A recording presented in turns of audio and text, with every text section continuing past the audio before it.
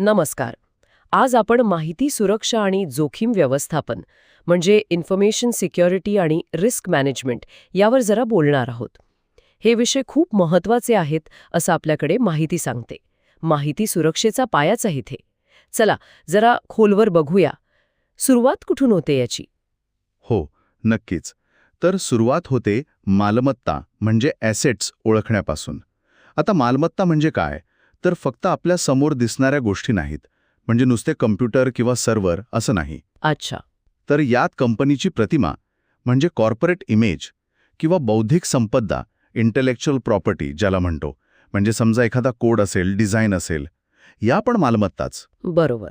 म्हणजे ज्या गोष्टींना किंमत आहे त्या सगळ्या, मग त्या दिसोत किंवा न दिसोत. अगदी. आणि या सगळ्यांचं संरक्षण करणं गरजेचं आहे. आणि हे संरक्षण ते कशाच्या आधारावर करायचं? म्हणजे काय काय बघायचं त्यात? त्यासाठी माहिती सुरक्षेमध्ये एक मूलभूत संकल्पना आहे, CIA ट्रायड. CIA triad. हां. हो, म्हणजे कॉन्फिडेन्शियलिटी, इंटेग्रिटी आणि अवेलेबिलिटी. मराठीत म्हणायचं तर गोपनीयता, अखंडता आणि उपलब्धता. गोपनीयता, अखंडता, उपलब्धता. ठीक आहे. याचा नेमका अर्थ काय? बरं, गोपनीयता म्हणजे माहिती फक्त योग्य, अधिकृत व्यक्तींनाच मिळायला हवी, इतरांना नाही. समजा आपण एन्क्रिप्शन वापरतो, ते यासाठीच. ओके. अखंडता म्हणजे माहितीमध्ये कोणी अनधिकृत बदल नाही करायला पाहिजे. ती जशी आहे तशी अचूक राहायला हवी. आणि उपलब्धता? उपलब्धता म्हणजे जेव्हा अधिकृत व्यक्तीला माहिती किंवा सेवा हवी असेल तेव्हा ती मिळाली पाहिजे. म्हणजे सिस्टीम डाऊन नसावी. डॉस म्हणजे डिनायल ऑफ सर्व्हिस हल्ल्यांपासून बचाव वगैरे. हे तिन्ही महत्वाचे आहेत. पण यात समतोल साधावा लागत असेल ना? म्हणजे खूप गोपनीयता पाळली तो उपलब्धतेवर परिणाम, असं काही? अगदी बरोबर. हाच तर मुद्दा आहे.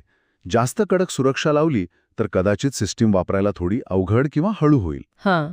त्यामुळे संस्थेला आपल्या गरजेनुसार, आपल्या मालमत्तेच्या महत्त्वाप्रमाणे यात योग्य तो बॅलन्स ठेवावा लागतो. आणि ह्या बॅलन्स राखण्यासाठी हे सगळं नीट चाललंय की नाही हे बघायला काय यंत्रणा असते? इथेच सिक्युरिटी गव्हर्नन्स येतो का? बरोबर.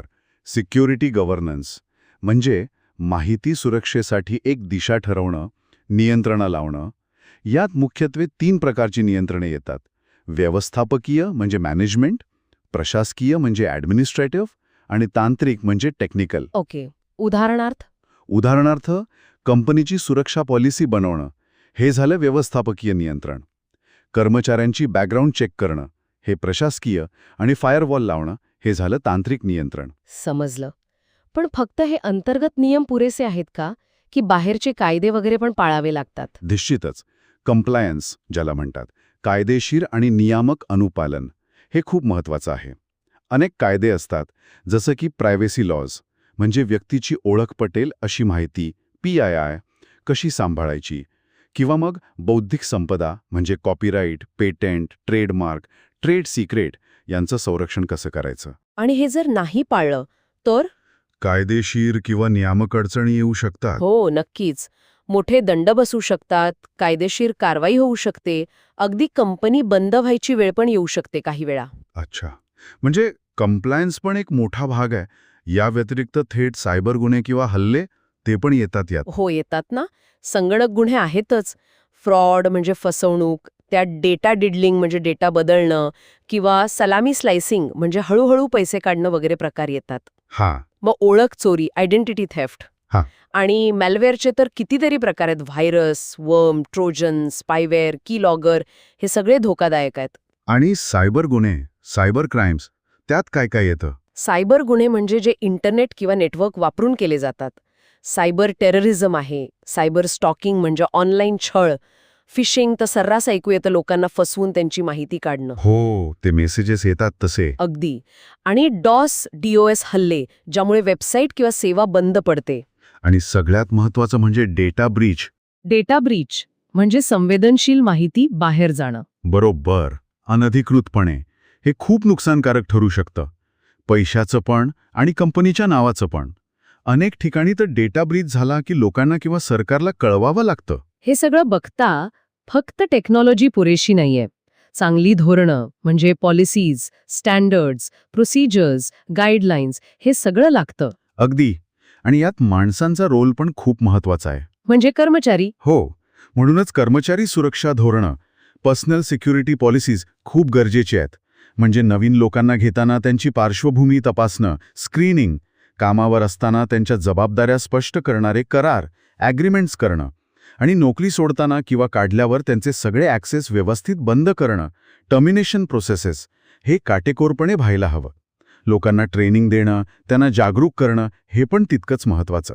तर आपण आज बऱ्याच गोष्टींवर बोललो, म्हणजे मालमत्ता ओळखण्यापासून ते CIA तत्वांनुसार त्यांचं संरक्षण करण्यापर्यंत, मग त्यासाठी सिक्युरिटी गव्हर्नन्स, कायदेशीर पालन, सायबर गुन्ह्यांपासून बचाव आणि यात कर्मचाऱ्यांची भूमिका, हे सगळं कसं एकमेकांशी जोडलेलं आहे.